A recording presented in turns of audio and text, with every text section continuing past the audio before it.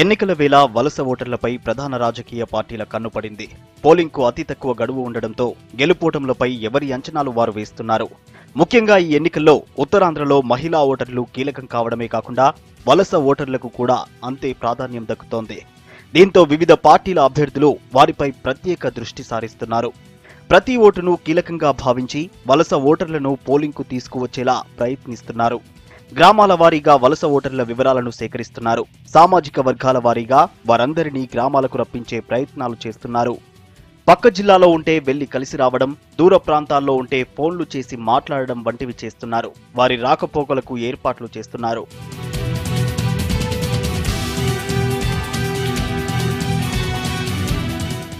ఉత్తరాంధ్రకి చెందిన ప్రజల్లో చాలా మంది విశాఖపట్నం, విజయవాడ, హైదరాబాద్, చెన్నై, బెంగళూరు తదితర ప్రాంతాలకు వలస వెళ్లిన వారే. ఆ ప్రాంతాల్లో కూలీ పనులే కాకుండా వ్యాపార, ఉద్యోగ రంగాల్లోనూ స్థిరపడ్డారు. వీరిలో ఎక్కువ మందికి స్వగ్రామాల్లోనే ఓట్లు ఉన్నాయి. వీరి ఓట్లు వినియోగించుకోవాలంటే అక్కడి నుంచి ఇక్కడికి తీసుకురావాల్సిందే. వలస ఓటర్లు సుమారు 45,000 మంది ఉండగా వీరే అభ్యర్థుల గెలుపోటములకు కీలకంగా నిలవనున్నారు. దీంతో ప్రధాన పార్టీల అభ్యర్థులు వలస ఓటర్లకు వరాల జల్లు కురిపిస్తున్నారు.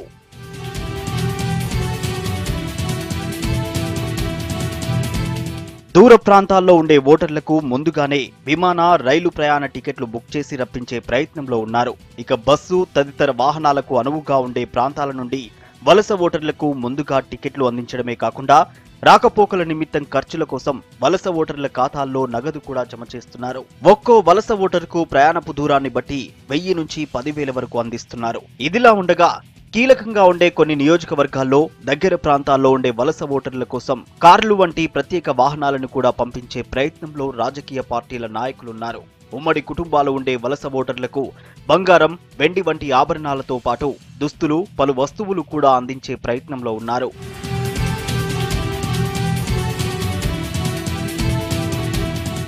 ఎంత ఖర్చైనా వెనుకాడేది లేదని, ఈ ఎన్నికల్లో గెలిచి తీరాల్సిందేనని ఆయా పార్టీల నాయకులు భావిస్తున్నారు. దూర ప్రాంతాల నుంచి వలస ఓటర్లను తీసుకురావాలంటే కనీసం 4-5 రోజులు వారి బాగోగులు చూడాల్సిన బాధ్యత రాజకీయ పార్టీలపై పడుతుంది. దీంతో ఫ్యామిలీ ప్యాకేజ్, వ్యక్తిగత ప్యాకేజీతో మాట్లాడుకుని స్వగ్రామాలకు తీసుకువచ్చే ప్రయత్నాలు చేస్తున్నారు.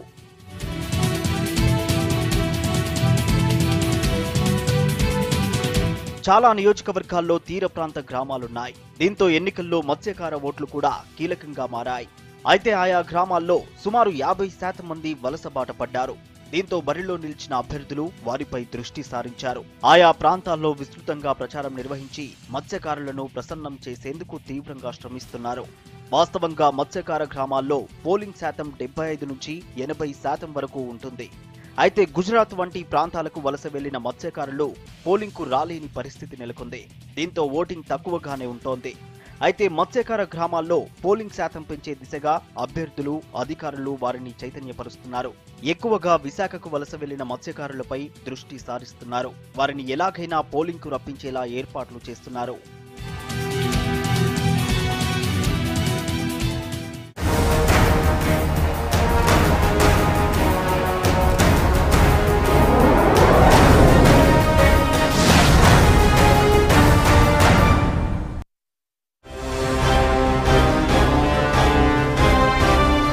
జైపూర్ రూరల్ ఎంపీ నియోజకవర్గానికి ప్రస్తుతం కేంద్ర మంత్రి రాజ్యవర్ధన్ సింగ్ రాథోడ్ ప్రాతినిధ్యం వహిస్తున్నారు. అయితే రాజ్యవర్ధన్ కు పోటీగా ఒలింపిక్ క్రీడాకారిణిని బరిలోకి దింపింది కాంగ్రెస్. డిస్కస్ థ్రోయర్ కృష్ణ పునియా ఆ స్థానం నుంచి పోటీ చేస్తున్నట్లు ప్రకటించింది. లోక్సభ ఎన్నికలకు పోటీ చేసే మరో 9 మంది అభ్యర్థుల జాబితాను కూడా కాంగ్రెస్ విడుదల చేసింది.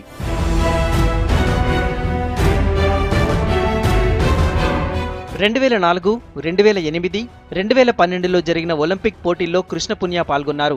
2010లో జరిగిన ఢిల్లీ కామన్వెల్త్ గేమ్స్లో ఆమె బంగారు పతకం అందుకున్నారు. పునియా పద్మశ్రీ అవార్డును అందుకున్నారు. 2013లో కాంగ్రెస్ పార్టీలో చేరారు. అదే ఏడాది జరిగిన రాజస్థాన్ అసెంబ్లీ ఎన్నికల్లో సదుల్పూర్ నియోజకవర్గం నుంచి పోటీ చేసి ఓడిపోయారు. అయితే గతేడాది మళ్లీ అదే స్థానం నుంచి పోటీ చేసి విజయం సాధించారు పునియా.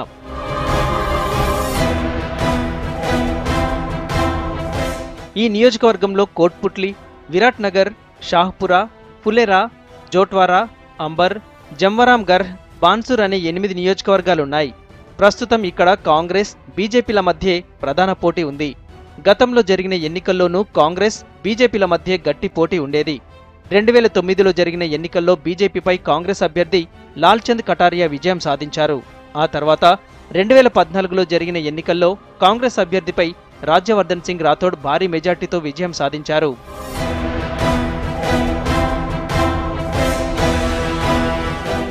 అయితే మొదట కేంద్ర మంత్రి రాజ్యవర్ధన్పై పోటీకి దించేందుకు పలు పేర్లను పరిశీలించింది కాంగ్రెస్.